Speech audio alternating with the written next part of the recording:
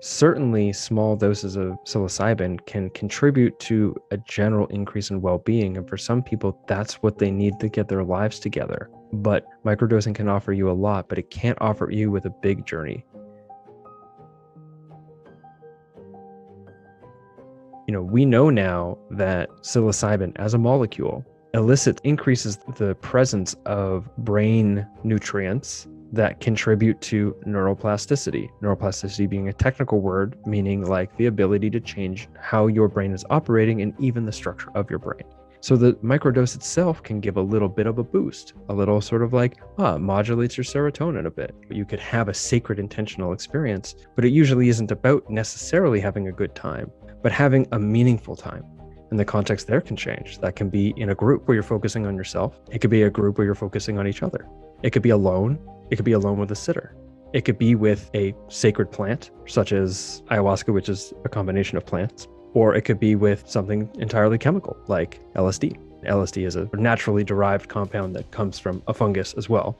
But, it could also be mushrooms or something which is not a plant, it's a fungi, but technicalities maybe. So it really comes down to intention. And oftentimes when people are entering sacred medicine, you can just hear it in the tone. There's a different feel, there's a different why that's sort of leading that choice. Sacred medicine, medicine, healing, sacred, not the profane. Something that requires tending to, something that requires carefulness in handling, something worthy of reverence. So now you have a totally different tone of things. And neither that even discusses, say, therapy, which might be somewhere in the middle. But therapeutic intention could fall into sacred medicine. They could also fall into party. So it's not so much hard categories as it is gradients, like a color wheel, all sort of roots down into basically what is your intention and in what context of use, where intention is a part of that context.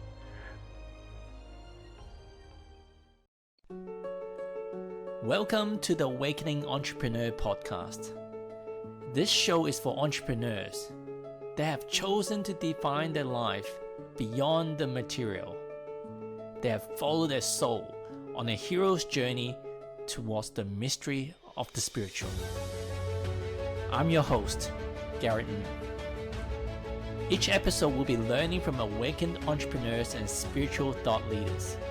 They have broken through the mold of being ordinary to extraordinary, challenging our paradigm, shining light to the dark, giving hope when there is doubt. The moment of truth is upon us. It is time to transcend our world from fear to love. Are you ready? Let's go!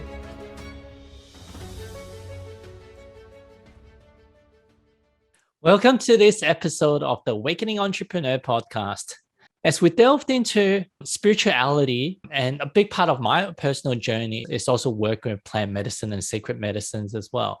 And in terms of the mainstream, like ayahuasca has become pretty popular, and there's other medicine that's become quite popular as well. But one of the ones that is quite sustainable, when I say sustainable, if the whole world, 7.5 billion people, like everyone is ingesting on certain like medicine, then it's gonna basically decimate the species.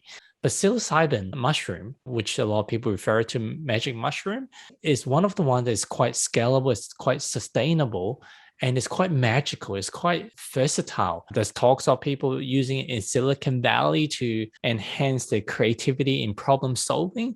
And at the end of the spectrum, there's people that's using it for connection to the mystical. And at the same time, there's people that's using it to heal depression. And on the other end, there's people, I know especially in Canada, that's using it to face the fear of death, people that potentially could be crossing to the other side. So, but yet on the internet, especially on podcasting and on YouTubing, there isn't a lot of discussion around how do we get the best understanding of psilocybin.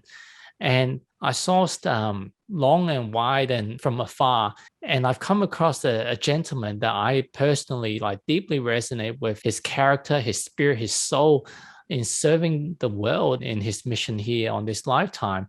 But he's also well researched in all his talks and all his topics, especially when it comes to psilocybin. He's written 2 books about. So his name is James W Jesso. He's a Canadian-born storyteller and independent author, public speaker. He's crowdfunded 2 books. One of them is called Decomposing the Shadow, and the other one is called The True Light of Darkness. And it speaks deeply about his experiences and discoveries in learning with psilocybin as a spiritual ally. He is also the host of the Adventures Through the Mind podcast. If you have time, jump onto YouTube, check out the intro, even the intro of the graphics of the Adventure Through the Mind podcast is just so creative, so spacey, so 5D, 6D, whatever other Ds that you can describe it. I can keep looking at it the whole day. So the podcast, it covers topics that involve psychedelic culture, medicine, and research, as well as psychology, relationships, spirituality, consciousness, sexuality, mind, body, nutrition, and brain health. What I like about a lot of his podcast, it goes beyond the box. It goes beyond the conversation that people normally talk to. I just stayed up till like 1 o'clock in the morning listening to a recent podcast he has. Maybe it's been a few years, but it's recent for me. It talks about acacia in Australia, which again is another one of these topics that acacia is one of the psychoactive plants. But prior to listening to his podcast, I have to like look everywhere on forums, on the snippets here and there to find out like how do people actually uses this plant, and also the ancient side, did the Australian Aborigine uses these plants, and there's barely any conversations around it. And again, James is like shedding the lights in a lot of these topics. So welcome, brother. Thank you so much for all the work that you're doing for humanity, and especially the people that's journey into like psilocybin and other plant medicine, and you sharing the path on what is safe, and also like what some of the pitfalls are not to go there. Well, hello, Gary. Thank you very much for having me on the show. And thank you so much for the kind words that you brought into your introduction here. So for the people that don't know, like, can you tell us about like how did you venture into plant medicine? What led you down this path? Oh, what led me down this path? Maybe sort of like accidental grace, preordained destiny, fate, random happenstance, chance, the products of my own making in the context of whatever variables were provided to me in the moment, accidentally on purpose, finding my way into the thing that feels like my purpose or something like that. But I would say that it was, sort of the milestones of it was entering into quite a bit of drug use. And I'll use that term in that way because it has a certain load. And although I don't think that load is necessarily how we should speak about drug use, it conveys what I mean when I say it, that I was venturing into quite a bit of drug use, got myself quite confused and harmed. And then it was somewhat paradoxically looking deeper into how to work with mushrooms in particular to heal what it was that I felt like I had wounded in myself, that led me to discovering what it is to heal with mushrooms, what it is to live with psilocybin as an ally in my life. And that was back in 2009. Actually, my drug experiences that were reckless and dangerous and led me to being confused and harmed happened inside of Australia, inside of the Melbourne party culture in 2009, which fair enough, I was most of the time having a great time, at least when I was high. But yeah, so that was kind of what got me started. And I was just doing it for me until at some point I started sharing what I was learning and how I was coming to understand the mushrooms with some close friends who were having some struggles trying to make sense of their experiences. They were like, wow, this is crazy helpful. And I was like, oh, that's great. I'm so glad to hear that. And then one thing led to another. And then the mushrooms were just like, write a book. So I was like, really? And they're like, write a book. So that's what I did, and decided that I would make an honest go of this thing as a writer and as a speaker, hoping to step into what felt like at the time felt twofold. One, like it was lacking. There was a certain quality of the discourse that was lacking. This is back in 2010, 11. There was a certain quality of discourse that was lacking. I mean, if you go on the internet now and put psychedelic mushrooms are good for you, you're going to find thousands of hits, SEO optimized to like sell you, like microdosing. I don't know, what's the word I'm looking for? Like a microdosing executive coaching, kind of like level up your venture capital game, but back in 2011, you weren't really going to find, you'll find some Terrence McKenna, probably you find a couple other sort of Ram Dass talks, but there wasn't much there. And I felt like I wanted to step into that. And I also had the sense that psilocybin was going to go places, that I was getting in at the front of a wave, and that I could help participate in what felt like meaningful work, which was culture work, ultimately. which is to sort of like create a type of conversation, a shared meaning basis, a shared language basis upon which we as a culture and by we as a culture, I mean sort of like general Western, for me, dominant culture of North America culture, lots of opportunity to deconstruct where that comes from and the colonialists and white supremacist ideas that are all thrown into the mix and stuff. But I'll just leave that aside. The culture lacked an eloquent language that revealed the beauty and the power in a way that also revealed sort of pragmatically what it could mean for us as people also still living our normal lives, learning how to live the gift of an ordinary life. And so I started to want to like put in on that. And then fast forward nearly 10 years and here I am on your show. Yeah. So Melbourne is actually a long way away from Canada. It's like the other side of the world. What brought you down to this part of town? At the time, I was in my early 20s. I was turning 23 and I was on my first overseas backpacking adventure. I was going to Australia. I was going to the place where the Rescuers Down Under happened. Why Australia? Was there certain like pop culture or certain things that attracted you? Honestly, it was because this is the best reason ever. Okay, ready? I had literally no interest to go to Australia at all because I didn't understand. I was like, okay, kangaroos, whatever. This is when I'm growing up. I watched some movies, Crocodile Dundee, Yes. like Paul Hogan. It's like, that's not a knife, like that whole thing. But I didn't really think of it as a place to go. But I had a girlfriend when I was 18, 19, and she was like dead set. She wanted to go to Australia. And I was like, all right, let's do it. She got me so excited about it. We broke up, fast forward a few years, and I'm like, I'm still pretty stoked on going to Australia. I think I'm going to do it. So that's ultimately how I ended up in Australia, inspired by a beautiful and curious and exciting woman. Although we did not go hand in hand, stories were still shared afterwards. So with party drugs, the people I talk to that have not gone through the plant medicines, how is it different to like taking like ecstasy or some of the other drugs? And I haven't taken any party drugs. I haven't even smoked a cigarette in the past. So how would you help us understand, is there a difference? What is the difference between like some of these party drugs, especially like ecstasy, having a good trip? Because people talk about trip, having a good trip, and psilocybin. And obviously that's the greater context of other plant medicines as well. And I believe my hallucination is that there's a certain degree of teaching and sacredness around it. But the experience of party drugs, like recreational drugs, like, is there any difference? Yeah, great questions. First off, I would say that I have no particular qualms with party drugs nor party at all. Also, party drugs refers to drugs that are used, I would say, in a recreational context for pleasure, which could include pleasure as an escape, but they're not necessarily just like one lump. Like these kinds of drugs, there's like multiple different classes and chemical structures and all the rest. So you could just say it's the difference insofar as party drugs, I'm using air quotes for people listening, party drugs and sacred medicine is sometimes it's really just intention because it could be the same drugs.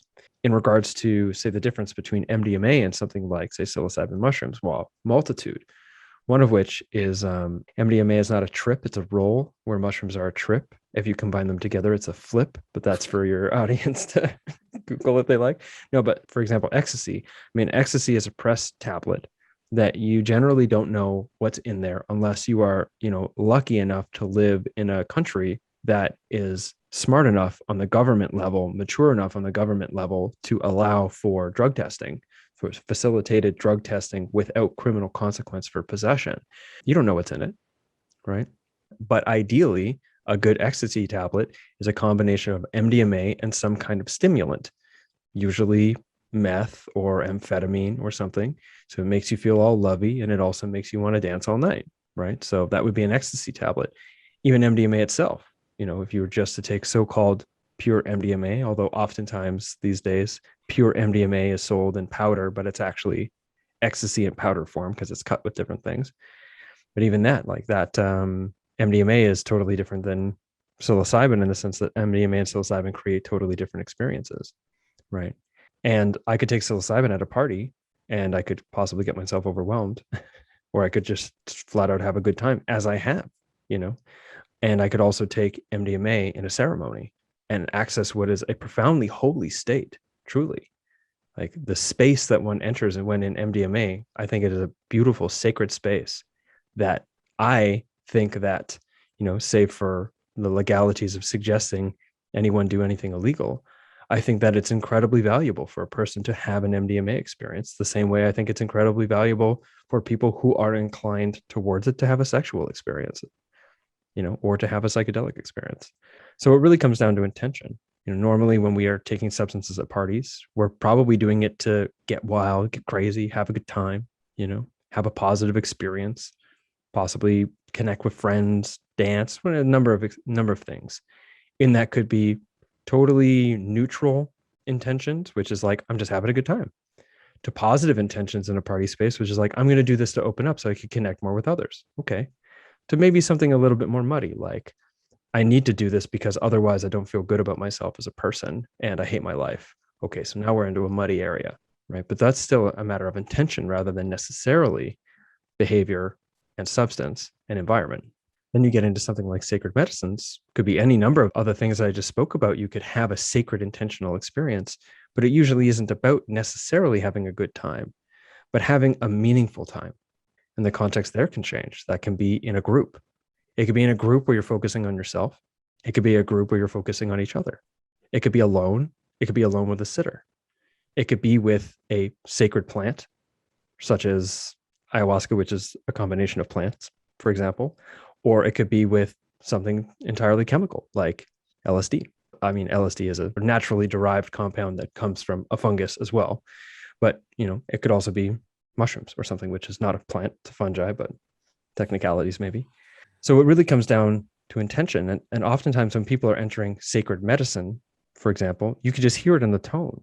There's a different feel, there's a different why that's sort of leading that choice. Sacred medicine, medicine, healing. Okay. Sacred, not the profane, something that requires tending to, something that requires carefulness in handling, something worthy of reverence. So now you have a totally different tone of things. And neither of that even discusses, say, therapy, which might be somewhere in the middle. But therapeutic intention could fall into sacred medicine. They could also fall into party. So it's not so much hard categories as it is gradients, like a color wheel, all sort of roots down into basically what is your intention and in what context of use, where intention is a part of that context. I don't know if I created more questions than answers, but I think that's a start. You did get my head spinning. So with the word sacred, I guess I never looked at a lot of aspects of my life as sacred until I started doing my first plant medicine journey and seeing how the ceremony is actually done. And then I started recognizing like certain patterns, like for example, like Marie Kondo, like teaching people how to fold clothes, but like folding clothes, like it's a ritual. It could be a sacred ritual. Every item of clothing you fold, you give thanks to it. Every item of clothing you discard, you thank it before you discard it. You can even like brush your teeth and you can include a degree of sacredness to it. And the more sacredness that you incorporate into your life is, in another word, is just having like gratitude and appreciation. And the more that you radiate on that level of vibration and frequency, the more goodness you attract to your life. Mm-hmm. Yeah. I mean, also, depends on what you mean by goodness as well, because you could be vibrating on that level. And the reality is that the goodness of life, the gift of life includes profound loss. It includes tragedy. It includes, the implicit or explicit participation in the subjugation and torture of others. So it's like, it includes that too. And to be touched by the sacred is not necessarily good feeling. It undoes you. And there's something about calling in the recognition of how beautiful and meaningful each moment can be in a way that allows that deep beauty and meaning to come into each moment, regardless of what it is. And again, that's an intention thing too, right? The intention to call in the sacred moment of cleaning these pearly whites, call in the sacred moment of like tending to the product with which I adorn and protect the vessel of my skin, by which I signal to others my aesthetic curiosity, perhaps my desire to be approached or not, my desire to be seen or not, the product of what is oftentimes a profoundly unsustainable and like modern slavery, produced thing, which is fabric.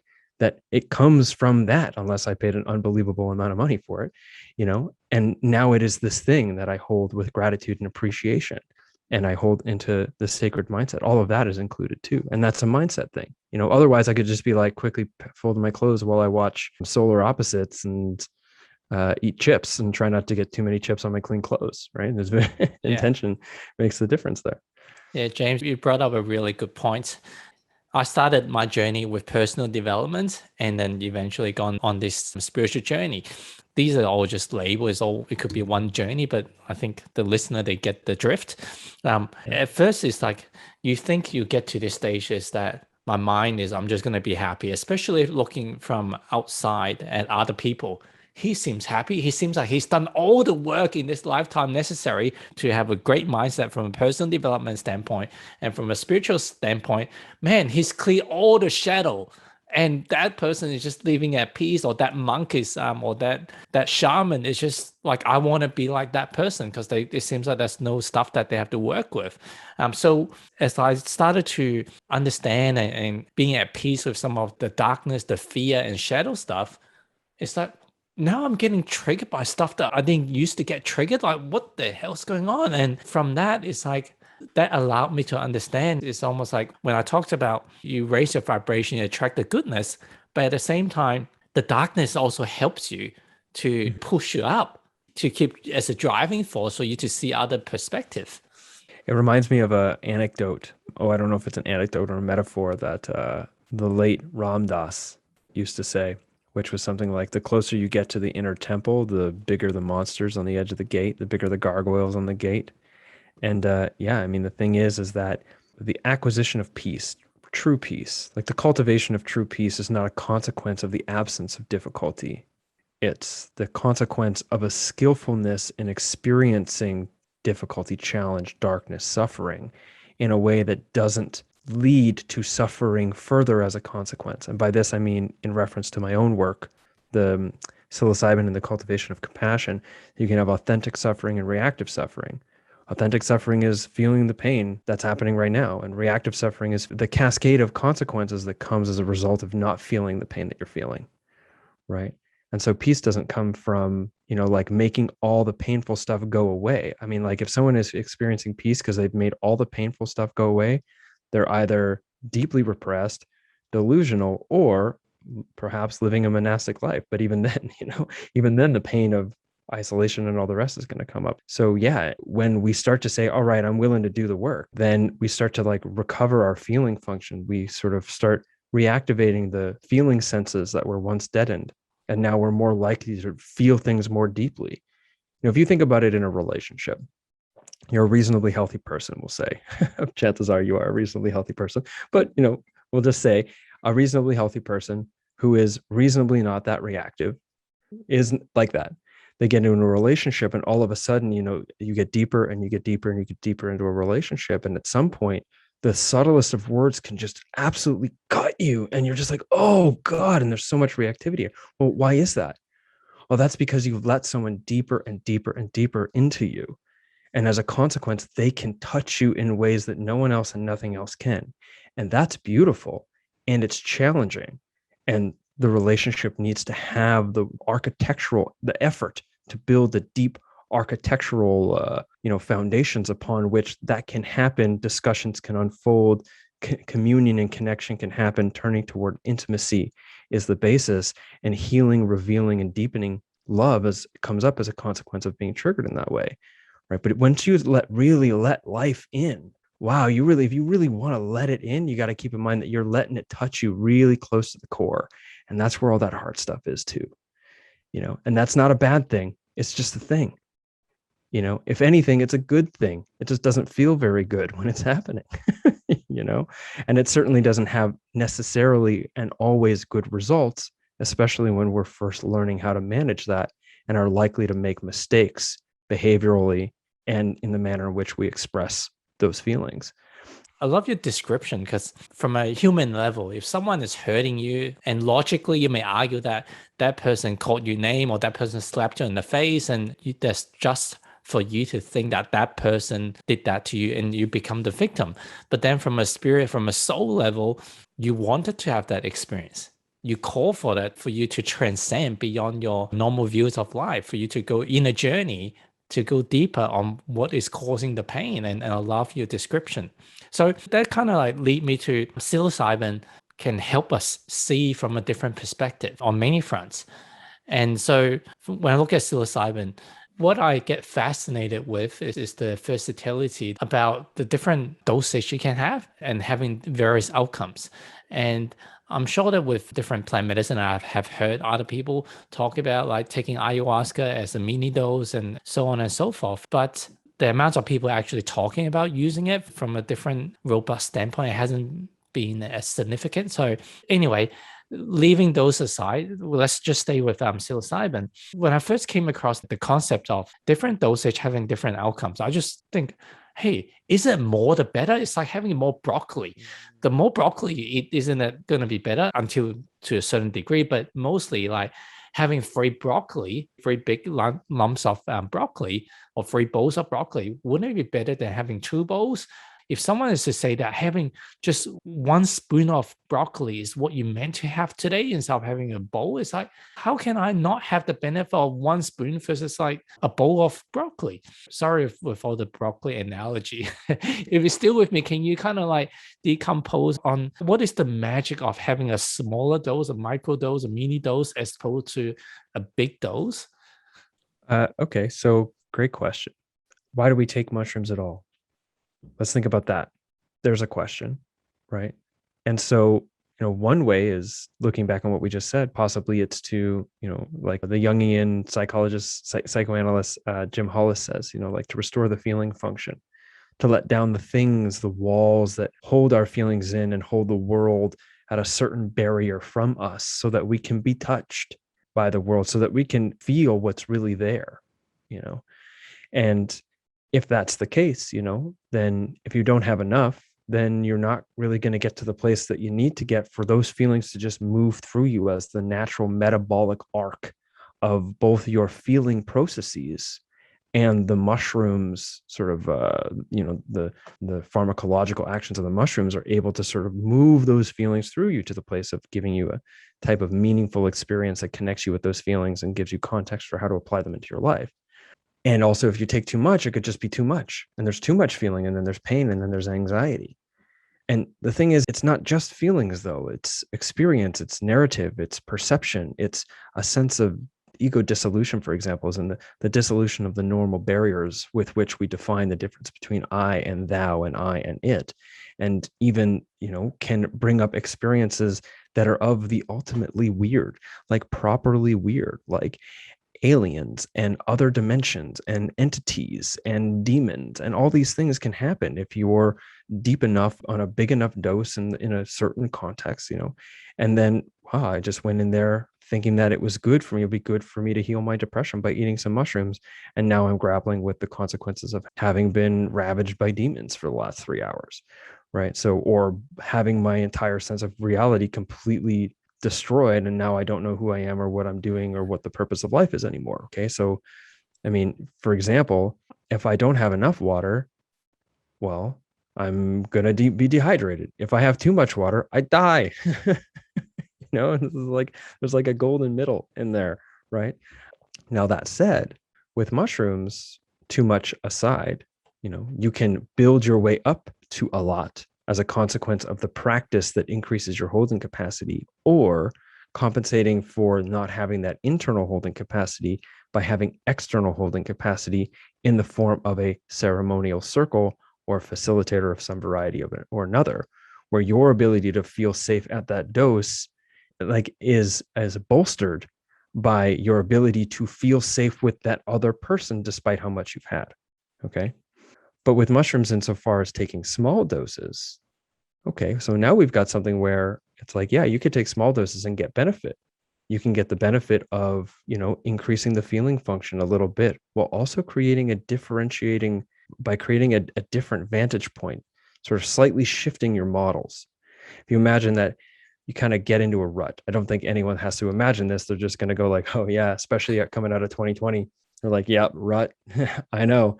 Is that you can get into this rut place and you might not realize that the way that you're perceiving your experience, the way that you're thinking about your world, about the things that are happening in it, about the things that you're doing, about the feelings that are coming up, it gets sort of streamlined into a very narrow bandwidth.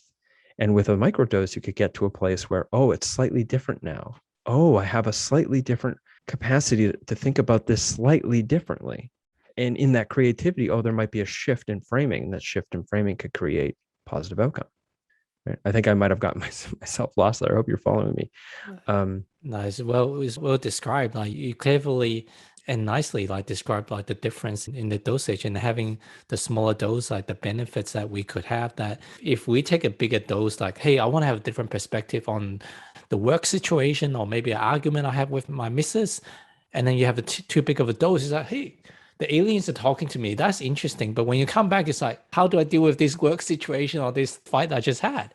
Yeah, well, how to make sense of big experiences are sort of a different frame, like a different sort of topic necessarily. And so getting back to microdosing, though, there's other elements, which is that, we know now that psilocybin as a molecule increases the presence of brain nutrients that contribute to neuroplasticity. Neuroplasticity being a technical word, meaning like the ability to change how your brain is operating and even the structure of your brain. There's also small anti-inflammatory effects as well. So the microdose itself can give a little bit of a boost, a little sort of like, modulates your serotonin a bit. Serotonin is the sort of like not satisfaction, the sort of like, it's such the C, it's not complacency, it's not comfort. Anyways, it could increase that like, oh yeah, I feel good about things that are happening now. I'm okay with this. Right. You get enough serotonin, you're like, I'm just so okay with everything. As anyone who's taken MDMA knows, like, I'm not just okay with it. I love it. It's amazing. But and that can be positive too. Right. And then you can utilize that. But this is important, is that certainly small doses of psilocybin can contribute to a general increase in well-being. And for some people, that's what they need to get their lives together. But microdosing a little bit, for a month does not equate to taking one big journey. They're sort of different spaces. Microdosing can offer you a lot, but it can't offer you with a big journey. Like we'll say medium journey, something well after microdose, but before aliens, for example. And so it's all about, again, intention too, intention and dose and context and what you're looking to get out of it and what your relationship to the mushroom is. For example, if you're going in for a deeply spiritual experience, perhaps a larger dose is what you're looking for. Like a profoundly, like, I'm trying to get into like a whole other place.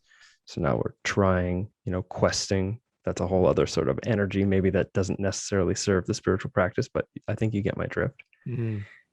I think I've rambled enough on that topic. You got another question? Yeah. So you got another question for me? No, that was beautiful. So we talked about like microdosing. So tell me about like the mini dose, which the medium dose, some people call it like the museum dose, and then the bigger dose or the heroic dose. Like, how do you categorize the purpose of each one in general? Like, what is for people that wanting a certain thing, they would use this type of dosage as opposed to another dosage, kind of like how you just described the mini dose. I can only tell you what I think the purpose of it could be. Right? Different people have different purposes. For example, one purpose could be to go commune with the spirit and the life of the forest. That's a totally valid purpose, as is get in and connect with how sad I am over a thing that I realize I'm shut down on. Or I just feel like I'm out of sorts and need to be calibrated and I don't know what's wrong. And I'm just going in to ask the mushrooms, sort of like, show me what's what. That was my intention when I was doing my first sort of series of journeys that led me to writing the book, was like, show me where the hurting is and help me heal it. Something along the lines of that, And it's also possible that people want to take that dose and just like experience something weird.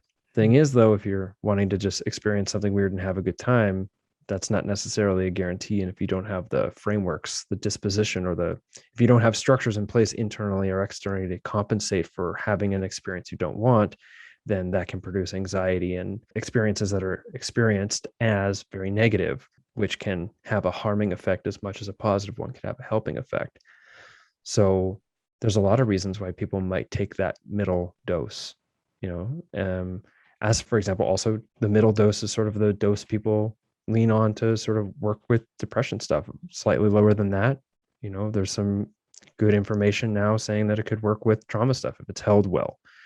You go up higher into the doses, you're looking for a mystical type experience. Even the language here, a mystical type experience, is very colonial. It's very much like a bunch of highly educated white academics coming from, like wealthy, dispositions, looking at everyone else's culture and deciding that, oh, I can see what I think is the most meaningful at the center of all of them. I'll put it all together. I'll call it this thing. We'll say that it's, like non-cultural, and totally forget the fact that it's like the white Western male mindset that is identifying it, so it's like, so even the mystical experience, it feels weird to say, but if like, maybe that's what you're looking for, something like that, you might go into a higher dose range. Generally, the people who are working with end of life anxiety, you had mentioned fear of death. Language is not the language that the industry and the practitioners are using, or the research, but to grapple with end of life anxiety, is a larger dose to really take you there, to work some stuff out, to sort of like be on the other side of it all for a moment. And then beyond that, I mean, like, there be dragons, So at that point, I think it's psychonautic. And I've had a couple large experiences in my life, but certainly not enough to be able to speak to what the purpose of such of those things are, or their implications. At that point, I'm a spectator like the rest of us, watching talks from people like the late Kalindi Yi talking about 30, 40 plus dried grams of mushrooms, which legit, he did that. He's dead now. I watched him. I was in Mexico with him. I watched him drink an unbelievable amount of mushroom tea. I've never seen anyone drink so much mushroom tea. I was out of my mind. He had 4 times as much as me. And I was looking at this guy. I was like, and he's just lying there. Wow. Anyways, rest in power, Kalindi. But yeah, so then you have people who are taking big doses. I don't know how to speak to that. I would caution anyone listening who thinks that, oh, I got a lot to sort out, I should probably take more, to maybe start with taking less. Yeah. I watched one of your earlier videos that you were at the beginning of microdosing and using the Stamets protocol. And at that time, I think you've been dosing for 2 months. Fast forward, I think it's been a couple of years now. Has it been a couple of years? It's hard to place, honestly. It absolutely has been a couple of years, because the pandemic's been 18 months. Yeah. So it's kind of hard to think about how much time has passed when there's been such a substantial amount of time that has been its own pocket of novelty and high weirdness, Yeah. But yes, we'll say it's been a couple of years. And when we're saying microdosing, I think if my memory serves me right, you kind of on 0.1 of a gram, and you had niacin and lion's mane together as well. So now looking back, like you've on your journey, like how do you see the benefits of microdosing? How do I see that? Well, I've spoken to the benefits there. So when I was talking about microdosing, I was speaking from experience. And I'd say, more than 2, 3, maybe 4 years longer that microdosing has been in and of my life, I would say that the benefits are that there are times where I feel like it's been an incredible sort of support in recalibrating myself. And there are other times where it made sense for my life and for, the integration of that recalibration, and for, it made sense to not explicitly, to take some time away from taking a substance every day, or at least that particular substance, mushrooms. But I remain sort of confident that combination, in particular, lion's mane, psilocybin, niacin as well, definitely, I think in hindsight really helped quite a bit with energy. But lion's mane and psilocybin, it's a beautiful team. It's a beautiful synergy between those two mushrooms. If you find the right dose and you're using it in a way that is responsible to your life, and your life responsibilities. And I had some today, and it was exactly what I needed to dip into the writing experience. I'm writing a new book right now, and to care for my things and feel alive and positive, and not fall into negative or self-deprecating narratives, which, I'm good to track and watch and know that they're there, but they're still there, especially when days are tough and stress and pandemic's been tough and hard, and I want to be conscientious of not sort of like creating a testimonial for microdosing. Obviously I am, because I'm speaking to my experience, but different things work for different people.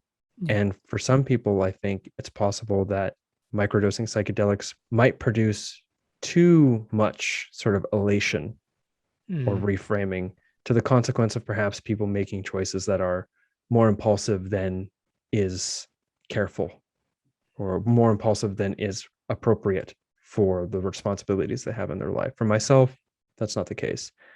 And for some people, a different track might make more sense, Mm. such as what spirit pharmacist Benjamin Malcolm calls the traditional psychotropics, SSRIs or what have you. Maybe that's actually the better choice for a person than microdosing. So I want to be conscientious that as much as I'm like, yeah, these have been good for me, there's also been days when I've taken a little bit too much. And I'm like, now I can't actually work because I have these feelings I didn't realize were there. And I just kind of have to lie around and cry about them for a bit, because if I don't, I'm going to have anxiety, because that's what happens when I try not to feel my feelings. So yeah. So you say lion's mane and psilocybin like works well together. If you have just the psilocybin dose without the lion's mane, can you tell the difference? Can I tell the difference? Yeah, I kind of feel like there's a greater inclination towards, for myself, I'm not speaking objectively, there's a greater inclination towards maybe being a little bit more mushy. Like, I want to sort of like just be, I don't know, something about the lion's mane gives a greater sense of sort of crystalline clarity to what I'm doing. A greater mental capacity to be with what's happening and attend to other things simultaneously. So subjectively, that's what I experience. And it's different if I just take lion's mane. I have that, but it doesn't have the same level of sort of awakened feeling that it has when when the psilocybin is included. Lion's mane is an incredible supplement for people who are interested in looking into it, especially people who are experiencing depression and whatever. I'm trying not to make referrals to people to like Yeah. treat clinical disorders and illnesses with over-the-counter supplements here, but lion's mane itself is incredible. And Yeah. I definitely notice a difference when I take one or the other and them not together. But I'm more inclined to take lion's mane regularly than I am to take psilocybin regularly. Yeah. I probably should have framed this in earlier at the start of the episode, but it's never too late. Um, when I looked at the research, especially the image of how the brain like connects, like the different parts of the brains are wired up and connect after you have psilocybin, as opposed to before. Someone is thinking left brain or right brain, and they're talking very siloed. It's like different departments not working well together. But now you got like a community that's working and collaborating together. It's like, wow. And when you look at the research, the amount of positive feedback from people going through, especially people that's been treating with addiction and depression, like the research from NYU and John Hopkins and other research centers, it's so comprehensive to say that like there's no argument that is so effective in moving at least one psyche to a better place. When I say better, as in, yeah, not having to suffer like depression and those addictions. But yeah, when I looked into like, okay, how do we get the better use out of it? How do we have the right intention, even for a mini dose? How do we have the intentions? What I wanted to, I guess the next question I want to ask you, James, is what are some of the practice you personally put into place to properly prepare yourself? And it could be dosage dependent, whether you have a different practice for different dosage. And especially for the higher dose, how do you integrate the lessons after? How do you unpack those lessons after? Those are two very big questions. Also, part of this is a bit sort of self-obsessed. So how do I prepare myself? I mean, there's a number of things that I generally do. For example, with a larger dose, I prepare myself by generally making a lot of intentional efforts to ensure that my life is where it needs to be to hold something that could fundamentally change me. Sometimes for some people, their life is already that way. It needs fundamental change. It doesn't have to be a whole lot to do to have it be ready. For myself, I have a fairly well-established set of responsibilities. I have a career. I have a large-scale artistic project. I have a number of relationships where how I show up and the predictability and the consistency of how I show up is important. And by that, I don't mean that I'm boring. I mean in the sense that I am predictably going to show up in a certain way to the responsibilities and the emotional labor of being in that relationship, especially as an uncle. I have small children in my life. I need to know that if I'm going to have an experience that fundamentally changes me, that I have done what needs to be done to ensure that it's not going to negatively impact them, right? That's extremely important to me. So I prepare myself in that way. I often journal quite a bit beforehand, and I ensure that I don't have any sort of like windows open on my browser. I mean that literally, but I also mean that figuratively. And I give myself space afterwards to be slightly spacey. That's a Julian Palmer reference. He had a great whole thing about, he's an Australian who you might know. He's been on, I think, on ABC talking about providing ayahuasca in Australia, which is just such a wild thing for him to do. But he's that kind of guy. About afterwards, as you're reintegrating this new, like after having been so expanded in a different place, you're going to be spacey afterwards as you explore this new space of being. But I give myself space for that. And with microdosing, as well as with a larger dose, I always make sure I know why before I put it in my mouth. And I let them know why. Maybe it's just in my mind.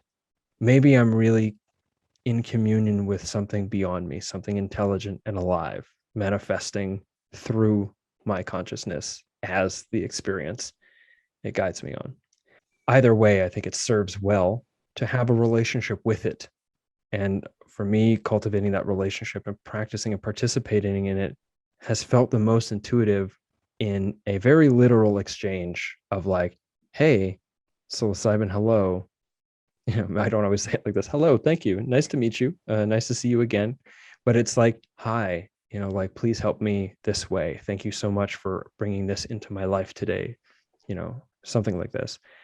And similarly for a larger dose, I let them know why I'm there. I talk to them and I let them know what it is that I'm looking for and what it is that I'm willing to offer insofar as my receptivity and my surrender in order to receive what it is they might offer, as well as my ability to surrender my ideas about what kind of experience I think I'm supposed to have. And then in integration, I mean, the book I'm writing now has a lot to do with that. So I'm not sure I'm ready to start speaking to those ideas so explicitly before the book is ready for people to touch on. People who've gotten integration coaching with me, whether they recognize it or not, they have gleaned the benefit of the perspective I'm cultivating by way of having received my direct, coaching. But one practice that I do, certainly, which I actually got from Christopher Bache, he wrote a number of books, but the one that is most relevant to this discussion would be LSD and the Minds of the Universe, which is the publisher's title. His title was Diamonds from Heaven. And if you read the book, you'll know why. He did 73 or 76 high dose LSD sessions with the intention of just going in and like, I'm here to learn, essentially. I'm not framing him well, but he had an integration practice, which was the day after I sit down, and sometimes it's the entire day. It's like 4 or 5 times I'm sitting down. The last session I did, it was the entire day. I like sat down, I wrote for a bit, then I went out for a walk, came back, wrote for a bit, made lunch, wrote for a bit, I inline skate. I went out skating for a while, came back, wrote some more. And then when I'm done writing out the experience, exactly how I remember it happening, I'm not trying to interpret it. I'm not trying to like integrate it. I'm just writing out the story exactly play by play as it happened, as I remember it happening, as it comes out of me as I'm telling the story.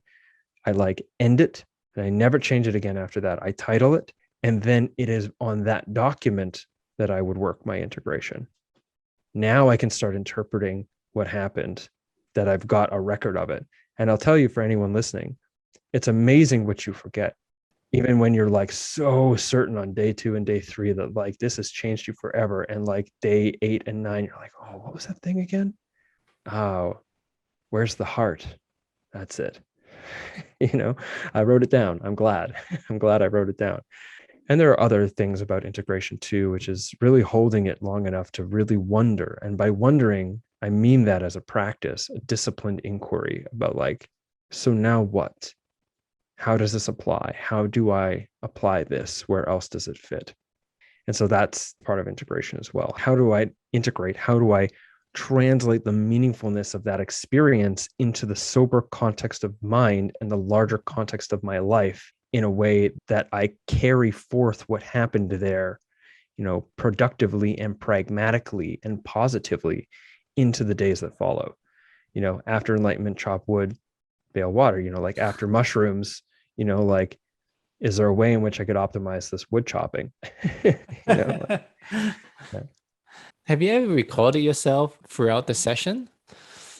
No, well, I mean, back in the day, we used to take all sorts of like videos and photos when we were all like high on things. Yeah. And thankfully, that was before all of that shit got posted on social media. So I lament for the youngins who will never be able to have a public experience or never be able to have a private experience, excuse me, without everything eventually being in the public sphere. But no, I've never recorded myself. I don't know. When I think about it now, I don't think I would. Maybe there might be a certain framing where I could say, yeah, it makes sense. But I think about Leo Gura, like live awakening.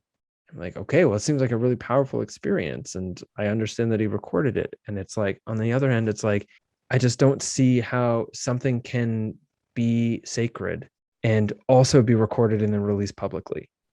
Maybe a talk or something, but like experience like that, Yeah, I think if you release it publicly, that cheapens it. I was more referring to I did it for myself the first couple of times because I find it is just so incredible to understand. Usually, like regardless of the medicine, I walk away like by having just so much love, so much beauty in the whole experience, despite whatever has been shown to me. And it's almost like a dream, but less about a dream. I can remember more about the experience than the dream, but still a large part of it or some parts of it I may not remember. So the first time I recorded it, wow, like there are a lot of elements that if I journal, I would not be able to remember such details. And I just like hearing my voice and the way that I talk, it's like, wow, like that's incredible. And throughout the 2 sessions, and I transcribed the whole thing as well. The amount of times I say, this is so beautiful. I said it so many times. So it's hard to just in words, like just capture the essence of how you felt. But you talked about what was the purpose of that particular trip. It's just to learn and to share. And like not share the experience, but share some of the wisdom that the mushroom can teach us. And it's quite profound. But subsequently, I haven't recorded because it's no longer, I guess the second session is like, okay, you can keep sharing, you can keep teaching, but who are you teaching? They are you. They don't need to be taught. And in some sense, and then like another message came out, but you can teach. If you want to be a teacher, you can teach, but you don't have to teach if you don't want to teach. So I thought it's quite profound. Thank you for sharing. And, before you sort of jump in there, I was really getting to a place where I was like, honestly, I don't actually know how I feel about this. Here's my first flush of response. And hearing what you're saying, like, yeah, that makes sense. I mean, it makes sense as to why I might record it. I did record myself smoking DMT one time. And I can give you the play-by-play of what happened. I smoked it, vaporized it out of a freebasing pipe. And then I laid back and several minutes passed with me there motionless. And then I opened my eyes and rubbed my face and nodded and said, yeah. And then my cat came and jumped on my chest and I cuddled it for a bit. And then I got up and turned off the camera, So it's like, I'm not sure I'm glad I did. I think in hindsight, it's really funny even to watch it now. I'm like, wow. Yeah. But, the other side of that recording, the subjective experience was far more interesting. I'll tell you what. But it's something I'm going to think about, Gary. Thank you. Yeah. What about your choice of music during the medium to high dose? I'm not taking a lot of large doses these days because of the conscientiousness that I had mentioned. And the few that I have done, I have explicitly asked to be facilitated by others, or I have listened to the psilocybin therapy playlist from Mendel Kaelin, which is quite good. It's quite funny. Like for me, I feel that the mushroom is guiding me to the music playlist. I remember the first experience that my friend sent me a list that prepared by a shaman. And as I'm adding those to my YouTube, because his one is on Spotify, like as I was putting in like maybe 20 minutes in, my hands are starting shaking. It's like, okay, I need to stop. I need to just lie down. And then you can't be navigating Spotify while it's like psychedelic fan. Yeah. And so while on the journey is like I got all the great music and then somehow I forgot the exact lyrics, but some heavy metal music came on. This feels like hell, and just started yelling and screaming. It's like, and this feels like hell. And you just keep going. The song is like, wow. And that brought up like a lot of stuff compared to listening like tranquil music. But like in hindsight, and I recorded that and what I went through in the journey, some of the lessons, I felt those people creating those heavy metal music, especially the more demonic one, is like they needed a way of releasing, like just as some of your talks talk about, you have to feel through the emotions. Like it's the way of fully expressing. It's like a dog like feeling fear and shaking it out. For them, the music is like releasing a lot of those things that, and it's like, wow. But personally, like not letting, just surrendering to the experience, like it's been the thing. And now that like I've done a few times, I'm a lot more prepared. I've got my playlist, I've got various playlists, and I've got the John Hopkins stuff, playlist as well. But then like a few times, like just before I started, the fingers started shaking. They somehow like switched to some other random, sometimes pop song, sometimes like just random stuff. But those randomness, seemingly randomness, it's almost like life. If you know exactly what the next day, the next moment is going to be, at a certain point, it's going to be pretty boring.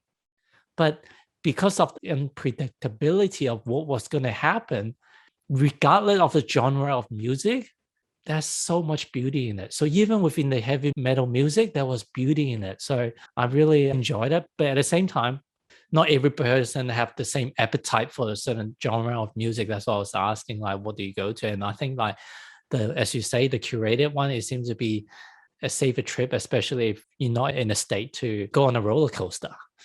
Yeah, definitely had encounters with the accidental slip of something, and have had experiences where people who were leading the experience explicitly put on something very difficult to listen to as a part of like pushing, Yeah, but if I think about the curation of music for a psychedelic trip, I think is a beautiful art form. And it's one that I am not particularly skilled in. And a lot of times I've just like recoursed to sort of like a tipper mix, tipper the artist, or like sort of like that sort of spacey, down tempo-y kind of psychedelic ambient music plus actual ambient soundscapes and sort of like medicine songs. There are certain songs that, especially later in a mushroom experience, are very evocative, like Izzy, Somewhere Over the Rainbow, his ukulele mix. I had a session where that was the final song played, and it was such a beautiful moment, and other things like music that has actual lyrics. But generally, I don't incline towards lyrics, and I incline towards that sort of like spaced out, soft feeling, trippy stuff, while maybe mixing in some sort of ceremonial songs in the process. But it is something that I am still developing my skill set in. So I'm amazed that even with the lyric songs, like when I'm on the journey, I don't hear the song like as I would if I'm not on the magic mushrooms. Like I hear like every sound, like it's almost like the sound comes in at different levels, and then there's lyrics. But it's like instead of looking at something from a 2D perspective, we're looking at it from a 3D, 4D perspective, or sensing the whole song from a 4D perspective. But yeah, like the lyrics, the songs, it can bring more complications to the actual journey in itself. Yeah, I mean, absolutely. Lyrics are definite, music and melody and harmony and syncopation, it's evocative. And in that sense, it's inclined in one direction or another. But words definitely take a more concrete, words aren't concrete by any means, but it has a more definite influence because but then again, under a psychedelic experience, words mean a number of different things, and it could be positive, but I tend to sort of steer away from it unless there's a particular song that evokes a particular thing that I'm looking for. Why do you think these sacred plants or these plant teachers, and some people say that like every plant is a teacher, and I agree with that, that you can touch any tree, any plant, and potentially, especially the people that are in tune, they can have a dialogue with it. And I know that the people say the Australian Aborigine, they have meetings around trees so that they could get wisdom from the trees as well. But these psychoactive plants, I'm guessing that these are almost like, hey, if you're playing a video games, like these are the cheat codes, these are the secret key for you to unlock a certain levels. If for whatever reason, through the normal means or for whatever efforts that you've tried to gain to the next level or open the next door you can't get through, this is the key that can potentially help you. And especially some of the stories on how the indigenous and the ancients have discovered this plant medicine. It is kind of like a secret code that it wasn't like right in plain sight, like a tomato, like it's red, it's beautiful, let me just eat it. Like it's somehow that it had to be discovered. So why do you think these sacred plant teachers have been embedded amongst us? Yeah. Well, I mean, there's a couple answers. One of which is if you're asking about why certain plants have been held as sacred throughout history by certain cultures, I'm not the person to answer that. You got to ask those cultures. Or you ask a historian who has taken good record of those cultures if they're not able to represent themselves because they have long since become the past in one way or another, or they don't speak the language you speak, for example. I mean, that literally like don't speak English, right? But if you're asking about like, if I just say generally, I mean, maybe it's just because those plants tend to talk louder, or maybe it's that they have a kind of intelligence that can commune with humanity in a way that other plants can't, or that it's easier for us humans to be subject to. Because I imagine that if you truly, completely dedicate yourself to being in relationship with a plant, it doesn't matter if it's tomatoes or cannabis or mushrooms, it will teach you. Dr. Monica Gagliano out of Australia, wonderful woman, incredible, brilliant. Highly recommend you find her work and get her on the show if you can. I mean, your show, obviously, but her work is fantastic. You know, she talks about communing with all sorts of plants, the plant intelligence. And there's a lot of different work from incredible scientists who are able to say things like, yeah, well, I learned from the plant. You know, if you slow down enough, you can learn from plants that don't have to be psychedelic. So that might just come from a perspective of, you know, where we're at as a species at this point in our inculturation as modern, technologically switched on, you know, like Western or Western adjacent, you know, people that, you know, we can't hear the plants unless they're breaking us apart in the process, you know? Yeah. We're blessed to have a puppy like in our family as of like a week ago. And while I was learning on how to train the puppy, I came across some of the Cesar Millan, the dog whisperers videos. And then it's like, no, the puppy or the dog is here to train you. How the dog's behavior is actually a mirror of your own behavior. And for many years, I've been disliking any gardening or weed pulling. But now fast forward, like in my awakening journey, it's like, dude, like weed pulling is one of the best like meditative practice out there. And I love it, obviously, when it's the time appropriate. But I really like your point that a lot of this nature has a way of teaching us if we're in tune to it. So thank you. Yeah, you're welcome. I mean, if you think about I think it's in Mestizo, Vegetalismo, I think it's in Shipibo as well. These are all ayahuasca cultures. You know, the ayahuasca is the master plant, but you do a thing called dieta, which is just like a diet, a special diet. You know, the goal of that special diet is to sort of commune with a plant, and that ayahuasca is certainly a part of that, but it's not like the ayahuasca, it's like jungle garlic, you know, or like a tree. I was going to say a random tree, generally not random, you know, but a tree that if you were to like lick it or, you know, eat some of it, you're not going to get high. It might not even particularly have quite a smell, but the diet is to connect you with the intelligence of that tree, and the intelligence comes in, it communes, and you can communicate with it. So yeah, again, going right back to the beginning, it depends on intention, and it also depends on context. You know, context of use includes the mindset with which, through which, and by which the experience is had. Brother, you talked about you do some coaching for people. If people wanted to continue learning from you, obviously they can tune into your podcast, which is available on different podcast platforms as well as on YouTube. What are some of the other things that you have for people to consume? To consume, oh, that's such a loaded To word. to just absorb and sponge off some of your To intentionally diet upon. yes. Yeah. So yeah, I have the podcast, YouTube channel. Right now, as I'm working on my new book, I am steady, committed, flowing with podcasts, but I'm not producing a lot of other content right now. But on my website, you can find a number of lectures I've done over the years. Pretty much all of the lectures I've done, I've released online, apart from a few that are only available for patrons. But for the most part, they're online. I have 2 books. I have a 3rd book that is out of print, and please do not buy it online because whoever you're buying it from is likely overcharging you, and I'm not getting any of that money. So don't buy that. But I have 2 other books that are available online you can read. And that's really it. With the amount of bandwidth that I'm putting into this book, which I think is going to have a really positive effect. I hope, fingers crossed. I think it's going to be something that people will get value from. Are you crowdfunding this 3rd book? I'm not there yet. Presently, I am very fortunate and lucky, and blessed is a complicated word, but it's the one I want to say now. Feel blessed to be supported through Patreon by people who care about the podcast and about the body of work, that I'm able to put time and effort into writing the book while also continuing to produce the show.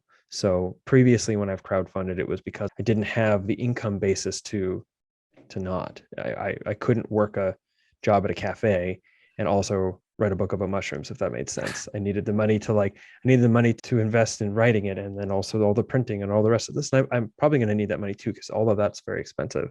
Yeah. But now I'm fortunate to be in a situation where the whole sort of scope of my work is inside of the same sort of pocket of thinking that is sort of generating and influencing and inspiring me in the book writing too. Awesome. So yeah, will I crowdfund it? I don't know. I think chances are I will just ask people to buy advanced copies and use the money for the advanced copies to actually pay to print it. Awesome. Brother, I'm so grateful for your time and just sharing from your heart level and all your own personal journey and everything that you've learned along the way, and sharing through your podcast and in this particular podcast as well. I know that myself have benefited greatly from what you have shared. Yes. Thank you, brother. Thank you for your kind words, Gary. I'm so happy to hear that my work has had value in your life, and thank you for having me on the show here. Any last word you want to say to our audience? Well, one bit obligatory in a sense, which is anyone who wants to access any of the things that I produce, you can head to jameswjesso.com and it's all there. Otherwise, the podcast is on every possible streaming platform you can imagine, except for that really obscure one that you're the only one that listens to because you're too cool, because you're still cool. As a joke, we all remember being young and being like, I don't like that anymore because everybody likes that music. But what I like to say in the end, I would invite people to be careful. Careful doesn't necessarily mean that what you're doing is absolutely safe, but be careful. Especially with psychedelics, these things change you, and we generally want that to go in a positive direction. And carefulness helps to ensure that's more likely the case than not. Yeah, and it's funny when you just said that word, because I normally, like, as a risk taker, generally the word careful is like your parents telling you be careful, or like, oh, ride a bike, be careful, is oh, forget that. But as you said it, it's the first time ever I've actually came to me broken down. Be care, which is care in all that you do, which is like kind of have clear intent and sacredness and care and kindness and be part of nature, and all that is part of care. Full is full of care. So what your parting gifts to all of us is like, be full of care in this journey and all that you do. And that's so beautiful, brother. Thank you. You're welcome. Thank you. I'm glad you received. That's exactly how I was intending it. So it's really nice to know that that you picked up on that and illuminated it for your listeners as well. So yes, again, thank you, Gary. I really appreciate you having me on the show. Thank you.